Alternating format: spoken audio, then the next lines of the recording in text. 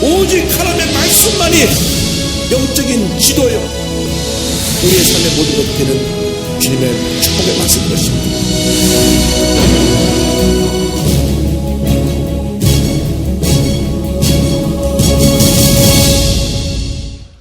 오늘은 사무엘상 3장 10절 이하의 말씀을 갖고 함께 공부하는데, 블레셋에게 뺏긴 언약궤에 대한 내용을 우리가 함께 공부합니다.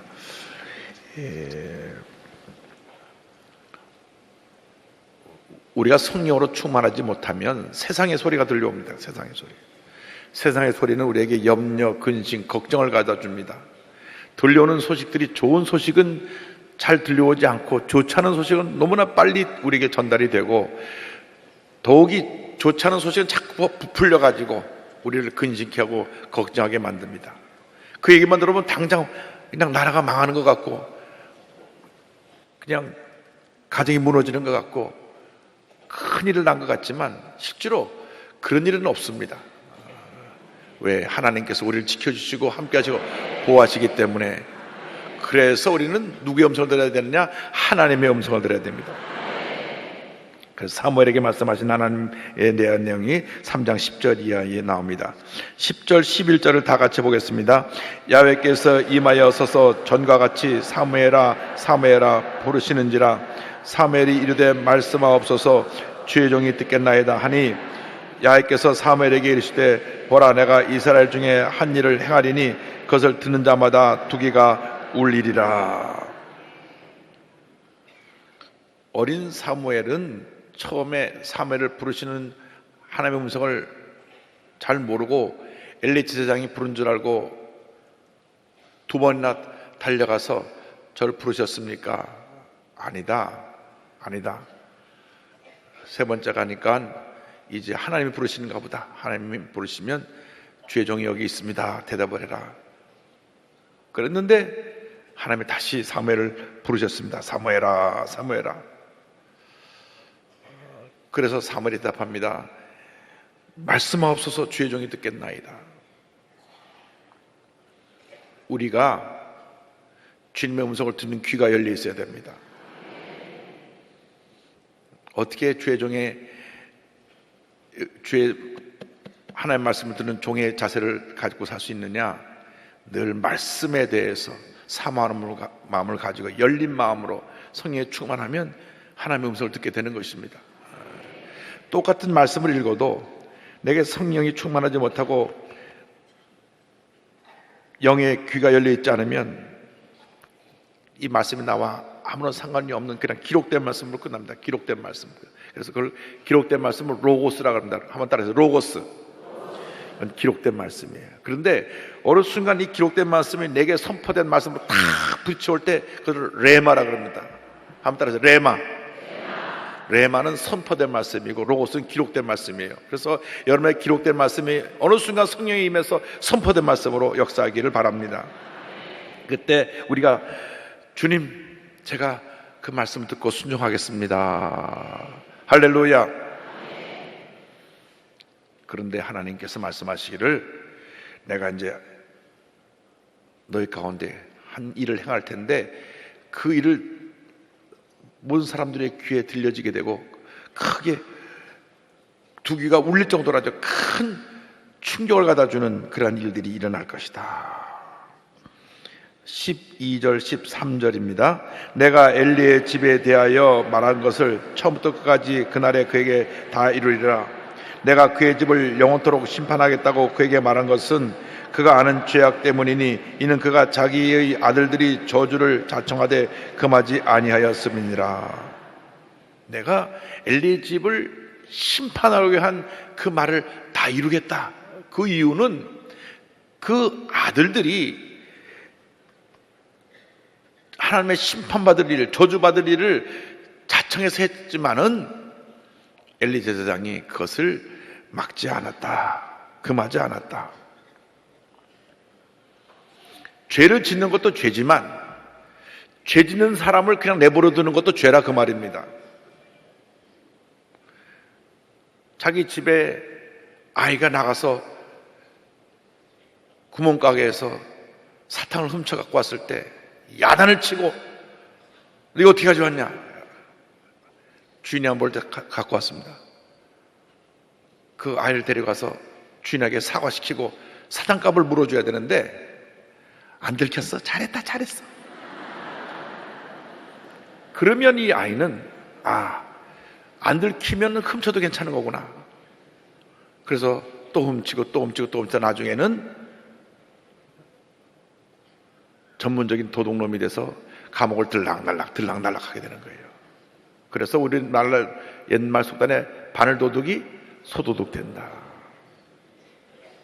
그래서 아예 처음부터 아닌 것은 아닌 거예요.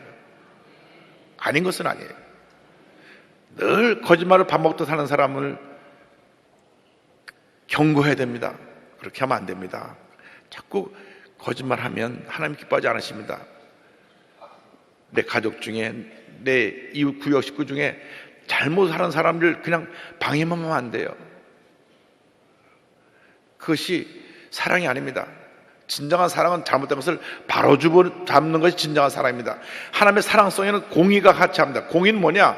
죄를 심판하시는 것이 공의입니다. 그래서 하나님 우리의 죄를 용서하시고 우리를 사랑하시지만 죄를 계속 지을 때는 심판하세요. 왜? 사랑하시기 때문에. 그래서 엘리 제사장의 잘못은 늘 아들들이 홈리와 비나스가 이것을 잘못했습니다. 이것을 잘못했습니다. 함부로 재물에 손댔습니다. 함부로 회막에 시중드는 여인들을 손댔습니다. 이런 보고를 할 때 엄히 꾸짖고 다시는 그 일을 못하게 했어야 되는데 나이가 많고 또 그런 부분에 대해서 너무나 민감하지 않았기 때문에 그냥 죄를 방임해서 그 집안에 큰 심판이 임하게 되었습니다. 14절입니다. 그러므로 내가 엘리의 집에 대하여 맹세하기를 엘리의 집의 죄악은 제물로나 예물로나 영원히 속죄함을 받지 못하리라 하였노라 하셨더라. 죄를 계속해서 경고했음에도 불구하고 또 지었기 때문에 이제는 용서받지 못한다고 하는 그러한 경고입니다. 그러므로 죄가 무서운 것은 습관성입니다. 습관성. 거짓말을 자꾸 하다 보면 거짓말을 처럼 하는 습관이 되는 거예요. 사기치는 사람들이 사기쳐요. 왜? 그것이 습관이 되어버렸으니까. 도박하는 사람이 늘 도박합니다. 습관이 되니까. 주먹을 휘두르는 사람이 늘 주먹을 휘둘러요. 습관이 돼요. 죄 습관을 끊어버려야 되는 것입니다. 끊어버려야 되는 것입니다. 그렇지 않으면 그 죄로 인해서 본인이 망하게 되는 겁니다. 밤낮 알코올 중독에 빠지면 알코올 중독으로 망하는 겁니다. 도박 중독으로 빠지면 도박 중독으로 망하는 것입니다. 사기꾼은 사기로 망하는 것입니다. 그렇기 때문에 우리가 늘 자신을 살펴보고 주님 보시기에 부끄럽지 않은 삶을 살아야 되고 뿐만 아니라 우리 가족이나 우리 이웃이 잘못된 길로 갈 때는 엄히 꾸짖어서 바로 갈 수 있도록 해야 되는 것입니다. 15절입니다. 사무엘이 아침까지 누웠다가 야훼의 집의 문을 열었으나 그 이상을 엘리에게 말게 하기를 두려워하더니 너무나 엄한 하나님의 심판에 대한 경고니까 감히 엘리 제사장에게 말을 하지 못했어요. 그런데 엘리는 굉장히 궁금했을 것입니다. 하나님께서 도대체 무슨 말씀하셨나? 그래서 부릅니다. 16절 17절입니다. 엘리가 사무엘을 불러 이르되 내 아들 사무엘아 하니 그가 대답하되 내가 여기 있나이다 하니 그가 이르되 내게 무엇을 말씀하시느냐? 청하노니 내게 숨기지 말라. 내게 말씀하신 모든 것을 하나라도 숨기면 하나님이 내게 벌을 내시고 또 내리시기를 원하노라 하는지라. 하나님 말씀한 그대로 다 듣기를 원해서 이렇게 사무엘에게 엄히 얘기했습니다. 18절입니다. 사무엘이 그것을 그에게 자세히 말하고 조금도 숨기지 아니하니 그가 이르되 이는 야훼이시니 선하신 대로 하실 것이니라 하니라. 엘리 제사장은 하나님의 하신 말씀을 겸허히 받아들였습니다. 주의 종은 하나님의 말씀에 대해서 겸허히 받아들이는 자세로 평생 살도록 그렇게 부름을 받은 사람입니다. 하나님의 음성에 토를 달거나 다른 해석을 하면 안 됩니다. 성경에 있는 말씀을 그대로 믿고 지켜 행하는 것이, 그리고 그대로 전하는 것이 주의 종의 본분이고 또 그렇게 사는 것이 우리 성도의 삶의 모습이 되어야 합니다. 그래서 엘리는 그 말을 듣는 순간 가슴이 철렁 내려앉았을 것이지만 주님이 선하시니 주님께서 이루실 것입니다. 그렇게 고백을 한 것입니다. 자, 선지자 사무엘에 대해서 이제 19절 이하의 말씀을 봅니다. 사무엘이 자라매 여호와께서 그와 함께 계셔서 그의 말이 하나도 땅에 떨어지지 않게 하시니, 이제 어린 사무엘이 자라나면서 하나님이 그와 함께 하셔서 은혜를 더하시니까 그가 전하는 말이 하나님이 함께해서 전하는 말이니까 그 모든 말이 사람들에게 하나님의 뜻을 전하는 은혜의 말이 되었습니다. 하나도 땅에 떨어지지 않고 모든 사람에게 전해진 하나님의 축복의 말씀이 된 것입니다. 20절입니다. 단에서부터 브에르세바까지 온 이스라엘이 사무엘은 야훼의 선자로 세우심을 입은 줄을 알았더라. 단은 이스라엘의 가장 북쪽에 있는 도시고 이 브에르세바는 남쪽에 있는 도시니까 단하고 브에르세바를 말하는 것은 이스라엘 전체를 의미합니다. 그래서 결국 온 이스라엘 사람이 사무엘이 하나님이 세운 사람이라는 것을 인정하게 되었다, 그 말입니다. 하나님의 사람은 하나님께서 그 일을 그에게 맡기시고 또 그 일을 이루도록 영적인 권위를 주셨습니다. 그런데 특별히 사무엘은 온 이스라엘 백성에게 하나님의 선자로 세우셔서 그 일을 행하셨기 때문에 온 이스라엘 백성이 그 말씀을 순종하고 그를 존경하고 따랐던 것입니다. 이제 21절부터 다시 보겠습니다. 야훼께서 실로에서 다시 나타나시되 야훼께서 실로에서 야훼의 말씀으로 사무엘에게 자기를 나타내시니라. 사무엘의 말이 온 이스라엘에 전파되니라. 실로라고 하는 것은 예루살렘 북쪽에 약 32km 떨어진 지역에 있는 도시인데, 그 지역인데, 이 실로가 예루살렘이 수도가 될 때까지 그것이 당시 이스라엘의 그 정치 종교의 중심지, 수도 역할을 한 장소였습니다. 이 실로에서 이곳에 성막이 있는 이곳에서 하나님께서 사무엘에게 말씀하시고 사무엘이 온 백성의 말씀을 선포하며 모든 백성들이 그의 말씀에 귀를 기울이더라. 우리들은 늘 주님의 말씀에 귀를 기울여야 됩니다. 주님, 내게 말씀하여 주옵소서. 내게 말씀하여 주옵소서. 내게 말씀하여 주옵소서. 올해 성경 말씀 열심히 읽고 계시죠? 기본적으로 한 번 이상은 다 읽으셔야만 합니다. 제가 오늘은 손들어 보라고 안 할 거고 다음에 한 번 이상 읽으면 손들어 보라고 할 테니까 부지런히 읽으시기 바랍니다. 그런데 이제 1절 하반절 이하에 보면 그들이 가장 귀중히 여기는 언약궤, 법궤를 빼앗기는 장면이 나옵니다. 블레셋에게 빼앗긴 언약궤의 모습에 대해서 우선 1절 하반절 이하부터 1절 2절을 보겠습니다. 이스라엘은 나가서 블레셋 사람들과 싸우려고 에베네셀 곁에 진치고 블레셋 사람들은 아벡에 진쳤더니 블레셋 사람들이 이스라엘에 대하여 전열을 벌이니라. 그들이 싸우다가 이스라엘이 블레셋 사람들 앞에서 패하여 그들에게 전쟁에서 죽임을 당한 군사가 4,000명가량이라. 블레셋은 이 이스라엘 옆에 붙어있는 나라인데 늘 역사적으로 이스라엘을 괴롭힌 나라입니다. 늘 침략해서 저들을 괴롭혔어요. 그래서 블레셋은 이스라엘과 오랫동안 서로 적국이 돼서 전쟁이 그치질 않았습니다. 사사시대부터 계속해서 왕정시대로 넘어오면서 계속해서 블레셋은 또 조금만 방심하면 또 쳐들어오고 또 쳐들어오고 또 쳐들어오고 또 쳐들어왔습니다. 왜냐하면 원래 자기들이 살던 땅인데 애굽에서 해방돼서 와가지고 자기들을 몰아내고 그 땅을 점령하니까 우리의 땅을 회복해야 되겠다고 자꾸 쳐들어온 겁니다. 그런데 워낙 그 사람들은 전쟁에 능한 사람들이어서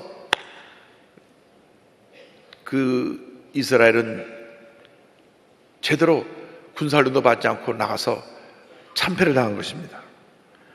자, 4,000명 이상이 죽었어요. 자, 3절입니다. 백성이 진영으로 돌아오매 이스라엘 장로들이 이르되 여호와께서 어찌하여 우리에게 오늘 블레셋 사람들 앞에 패하게 하셨는고 야훼의 언약궤를 실로에서 우리에게 가져다가 우리 중에 있게 하여 그것으로 우리를 우리 원수들의 손에서 구원하게 하자 하니. 왜 하나님 우리를 안 도와주셨는가? 왜 하나님 우리를 패하게 하셨는가? 자기들이 하나님 중심에 서서 하나님을 기쁘시게 하는 삶을 살지 못하는 것은 생각하지 아니하고, 왜 하나님 우리를 안 도와서 우리가 패했지? 우리가 신앙생활 하다가 무슨 문제가 생겼을 때, 어려움이 다가올 때 내 잘못이 무엇인지를 먼저 살펴봐야 되는데, 왜 하나님이 나를 이렇게 어렵게 만드셨지? 왜 하나님께서 나에게 이런 고통을 주셨지? 하고 하나님을 원망하면 안 됩니다. 모든 고난에는 하나님의 뜻이 있습니다. 고난을 통하여 우리가 깨어지고 낮아지고 하나님 앞에 순종하면 하나님께서 우리를 더 하나님 앞에서 귀하고 크게 아름답게 사용해 주실 것입니다. 고난당한 것이 내게 유익이라 이로 인해서 내가 주의 일을 배우게 되었나이다 한 시편 기자의 고백처럼, 우리가 어려움 나갈 때 하나님 탓을 하는 것이 아니라 내 탓이요 내 큰 탓이로소이다, 내 자신의 잘못을 돌아보고 회개하고 바로 서면 하나님께서 우리를 더 훌륭한 주님의 일꾼으로 세워주실 것입니다. 그런데 저들이 왜 하나님 우리를 전쟁에서 패하게 하셨지? 빨리 언약궤를 갖고 와서 우리가 이 전쟁에 나가서 다시 이 패한 우리 전쟁을 회복해야 되겠다 하는 생각을 했습니다. 자, 4절입니다. 이에 백성이 실로에 사람을 보내어 그룹 사이에 계신 만군의 야훼의 언약궤를 거기서 가져왔고 엘리의 두 아들 홈리와 비나스는 하나님의 언약궤와 함께 거기 있었더라.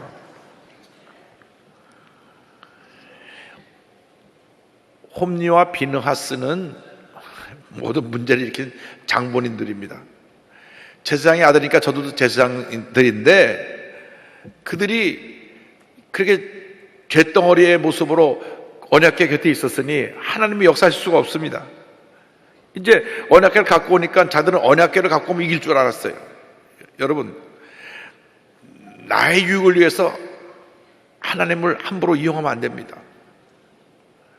내가 하나님의 뜻을 따라야지 하나님의 뜻을 나한테 맞추려고 하면 그게 되는 것이 아닙니다. 근데 이 이스라엘 백성들은 언약궤를 갖고 오면 우리가 이길 줄 알고 우리가 전쟁에서 지금 패했지만 이제 이길 거다 하는 그런 착각을 했습니다.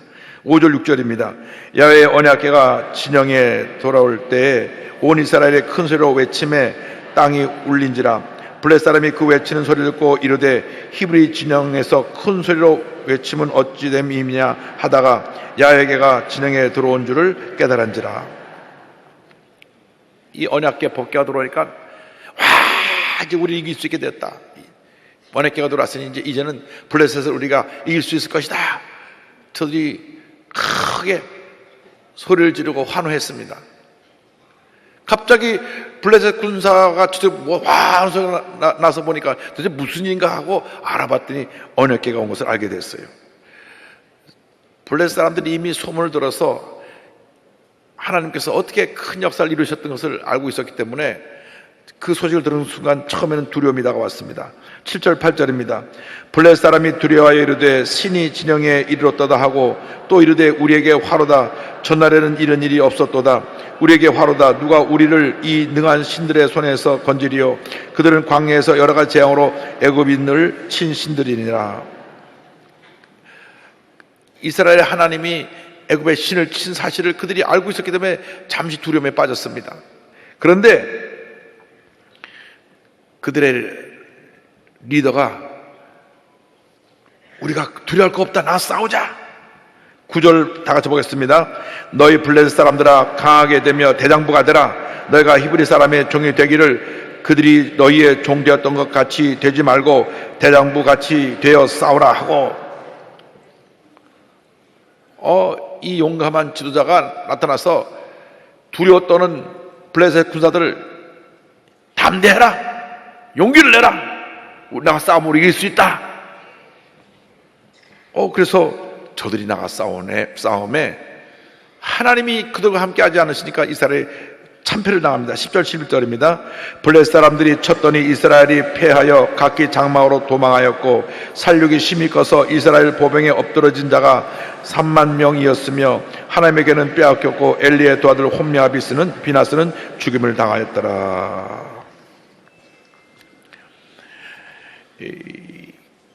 전쟁 결과 완전히 참패를 당하고 언약궤도 뺏기고 그 모든 죄의 장본인인 홈리와 비나스는 그 자리에서 죽고 말았습니다. 홈리와 비나스의 죄 때문에 그날 3만 명이나 되는 많은 이스라엘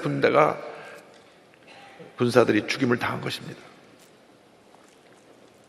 지도자의 잘못은 백성들의 삶에 이렇게 큰 피해를 일으킵니다. 그래서 영적 지도자들이 늘 바로 서 있어야 합니다. 영적 지도자들이 하나님의 뜻을 잘 따라서 그 말씀에 순종해서 주님의 뜻을 이루어갈 수 있도록 여러분들은 주의종을 위해서 계속 기도하고 또 기도하고 또 기도하고 또 기도해야 될 것입니다. 강력한 중보 기도가 주의 종을 바로 세우고 교회를 든든하게 만드는 것입니다. 문제 있는 교회는 기도하지 않는 교회입니다. 문제 있는 교회는 주의 종을 위해서 기도하지 않고 싸우는 교회들입니다. 마귀는 싸워라 싸워라 싸워라, 기도할 필요 없다, 싸워라 싸워라. 여러분, 우리가 마귀하고 싸워야지. 왜 그래 믿는 사람들끼리 싸웁니까?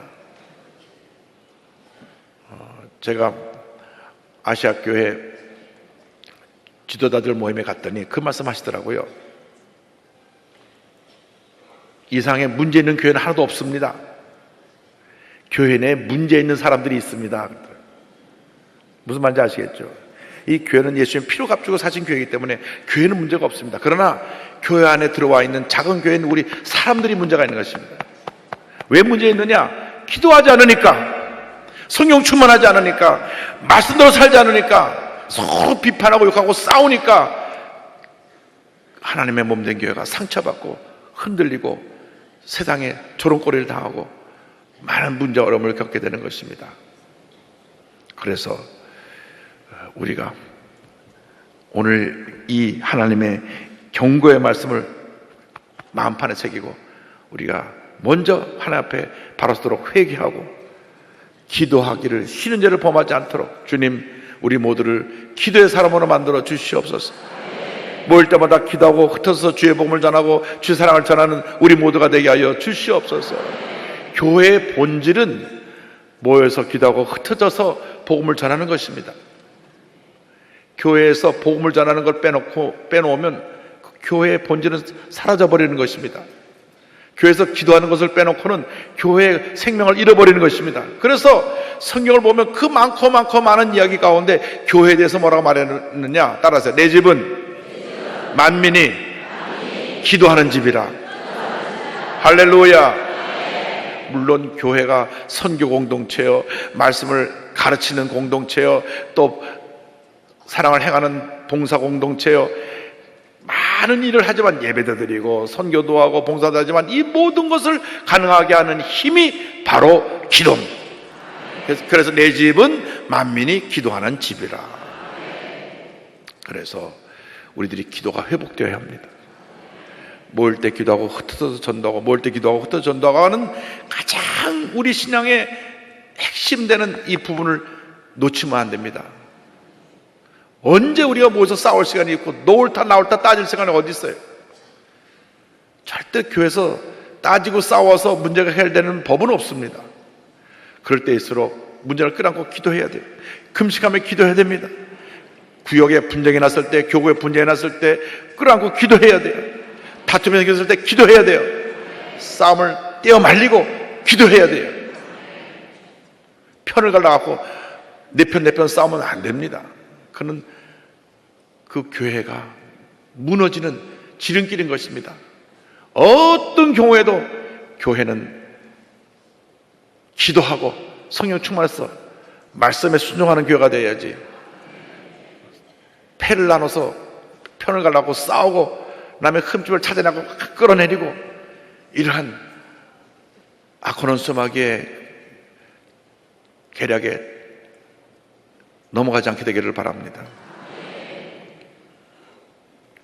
이 예배를 함께 드리는 우리 전국의 650여 개의 모든 교회, 또 일본부터 베트남까지 위성을 통해 함께 드리는 모든 교회가 성령 안에서 하나 되어서 기도하고 복음 중개에 최선을 다하는 모든 교회가 되기를 주님의 이름으로 축원합니다.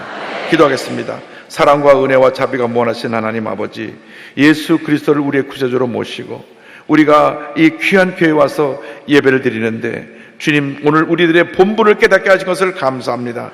우리 자신이 하나님 앞에 바로 설 수 있도록 기도하게 하여 주시고, 또 우리가 세상에 나가서는 주의 사랑을 실천하고 복음을 전하는 저희 모두가 될 수 있도록 은혜 내려 주옵소서. 예수님의 이름으로 기도 올리옵나이다. 아멘.